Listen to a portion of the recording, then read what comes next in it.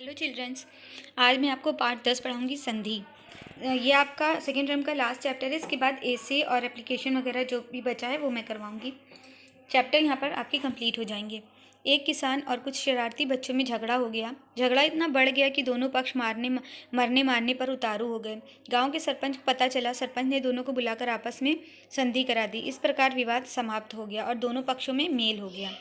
संधि का सामान्य अर्थ है मेल, परंतु व्याकरण में संधि का प्रयोग पास पास के वर्णों के परस्पर मेल के लिए किया जाता है। जैसे सूर्य और उदय दोनों के मिलने की दिशा में सूर्य की अंतिम ध्वनि आ और उदय पहली ध्वनि उ आपस में मिलकर ओ हो जाती है और एक नया शब्द बन जाता है सूर्योदय।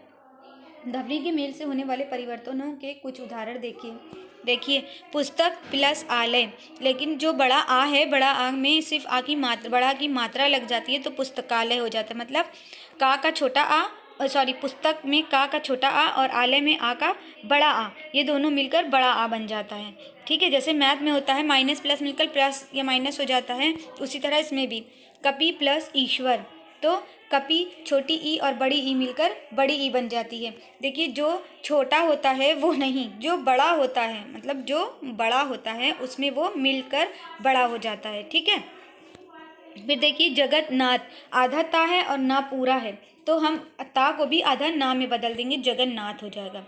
फिर भव अन, ओ प्लस आ छोटा आ मिलके अव हो जाता है। ठीक है, अव भव अन वन, देखिए वन हो गया ना, भवन। इस प्रकार समीप के दो वर्णों के मेल से होने वाले परिवर्तन को संधि कहते हैं। अब है संधि विच्छेद। संधि के नियमों के अंतर्गत परस्पर मिले वर्णों को पहली अवस्था में ले आने को संधि विच्छेद कहते हैं। जैसे पावन को जो है अगर हम संधि विच्छेद करेंगे तो पौ प्लस अन हो जाएगा। ठीक है, इस तरह ये देखिए और सारे शब्द दिए गए हैं। फिर संधि के भेद। संधि के 3 भेद होते हैं, स्वर संधि, व्यंजन संधि और विसर्ग संधि। स्वर संधि में क्या होते हैं, दोनों शब्द जो है मिलने वाले, पहले वर्ड का लास्ट वाला और दूसरे वर्ड का पहला वाला वर्ड जो है वो स्वर होता है। स्वर से स्वर का मेल होने पर जो परिवर्तन होता है उसे स्वर संधि कहते हैं। स्वर संधि के 5 उपभेद होते हैं, दीर्घ संधि, गुण संधि, वृद्धि संधि, यर संधि और अयादि संधि। दीर्घ संधि क्या होती है, यदि हास या दीर्घ के उपरांत क्रमशः हास या दीर्घ आए तो दोनों के मिलकर दीर्घ आ, बड़ी ई और बड़ा ऊ हो जाने पर उसे दीर्घ संधि कहते हैं। ठीक है, मतलब जैसे कि जो छोटे छोटे वर्ड आए और फिर वो बड़ा बन जाए तो फिर क्या हो जाता है, वो दीर्घ संधि बन जाती है। फिर गुण संधि, छोटा आ और बड़ा आ का जब छोटी ई और बड़ी ई से मेल होता है तो ए बन जाता है। छोटा आ और बड़ा आ का जब छोटा ऊ और बड़ा ऊ से मेल होता है तो बड़ा आ ओ बन जाता है, ओ बन जाता है।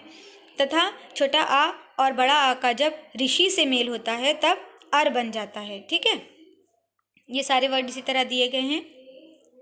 उसके बाद आती है वृद्धि संधि।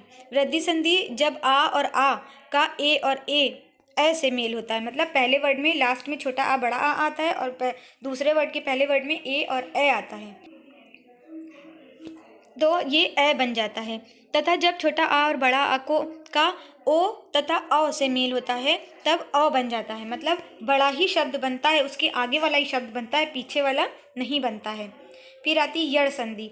छोटी ई और बड़ी ई का जब भिन्न स्वरों से मेल होता है तो इनका रूप बदलकर या हो जाता है। ठीक है, छोटी ई और बड़ी ई का जब भिन्न स्वरों से, मतलब आगे वाले में लास्ट में वर्ड छोटी ई आना है और बाद में अलग अलग कोई भी स्वर आता है तो वहाँ पे या हो जाता है। छोटा ऊ और बड़ा ऊ का जब भिन्न स्वरों से मेल होता है तो इनका रूप बदलकर वा हो जाता है। ऋषि का मेल जब भिन्न स्वरों से होता है तो इनका रूप बदलकर रा हो जाता है। रा आता है हमारा अयादि संधि। ए ओ तथा औ के पश्चात कोई भिन्न स्वर होने पर, जैसे ए का ए का आए, ओ का अव और औ का आओ हो जाता है। ठीक है, व्यंजन संधि किसी व्यंजन का स्वर या व्यंजन से मेल होने पर जो परिवर्तन होता है उसे व्यंजन संधि कहते हैं। जैसे व्यंजन और स्वर का मेल, दिक् प्लस अंबर। व्यंजन क्या है, इसमें दिक् में का और स्वर क्या है, अंबर में आ, तो इन दोनों का मिलने पर दिगंबर हो गया। व्यंजन और व्यंजन का मेल क्या होता है, सा आधा ता के नीचे हलंत लगा है ना, इसलिए इसको आधा ता पढ़ते हैं। तो इसमें क्या है, आधा ता जो है वो आगे वाले जो व्यंजन है जा, हमने बताया था ना, जो पिछले वाले का पहला वर्ड जो ताकतवर होता है, जो ज़्यादा भारी होता है, उसमें आगे का आधा वर्ड मिल जाता है। तो सा के आधा ता की जगह आधा जार हो जाएगा और जाना सज्जन। फिर स्वर और व्यंजन का मेल, स्वर में आ जो है वो स्वर होता है, मालूम है आपको, प्लस छा जो है वो व्यंजन है, तो छा का जो है आच्छादन देखिए हो गया है। फिर आता कुछ अन्य उदाहरण भी इसी तरह यहाँ पर दिए गए हैं। फिर आती है हमारी विसर्ग संधि। ठीक है, विसर्ग संधि किसे कहते हैं हम, विसर्ग किसे कहते हैं, दो पॉइंट देखिए ब्रैकेट में लगे हुए हैं, उसको कहते हैं विसर्ग। के साथ किसी स्वर या व्यंजन के मेल से जो परिवर्तन होता है उसे विसर्ग संधि कहते हैं। जैसे मना, मना करते हैं, मना प्लस अनुकूल, तो मनोनुकूल हो गया है। अब हिंदी में की संधियाँ, बच्चों हिंदी में संधि की प्रवृत्ति ना के बराबर है, फिर भी कुछ संधियाँ देखने को मिल जाती हैं। ठीक है, जैसे ये देखिए दिया, पानी प्लस घाट पनघट, नदी प्लस नदियाँ, लड़का प्लस ए लड़के, इस तरह ये सब संधियाँ हिंदी में नहीं मिलती हैं, ज़्यादातर संस्कृत में ही होती हैं, लेकिन हिंदी में भी कुछ ऐसे शब्द होते हैं जिनमें संधि देखने को मिल जाती है।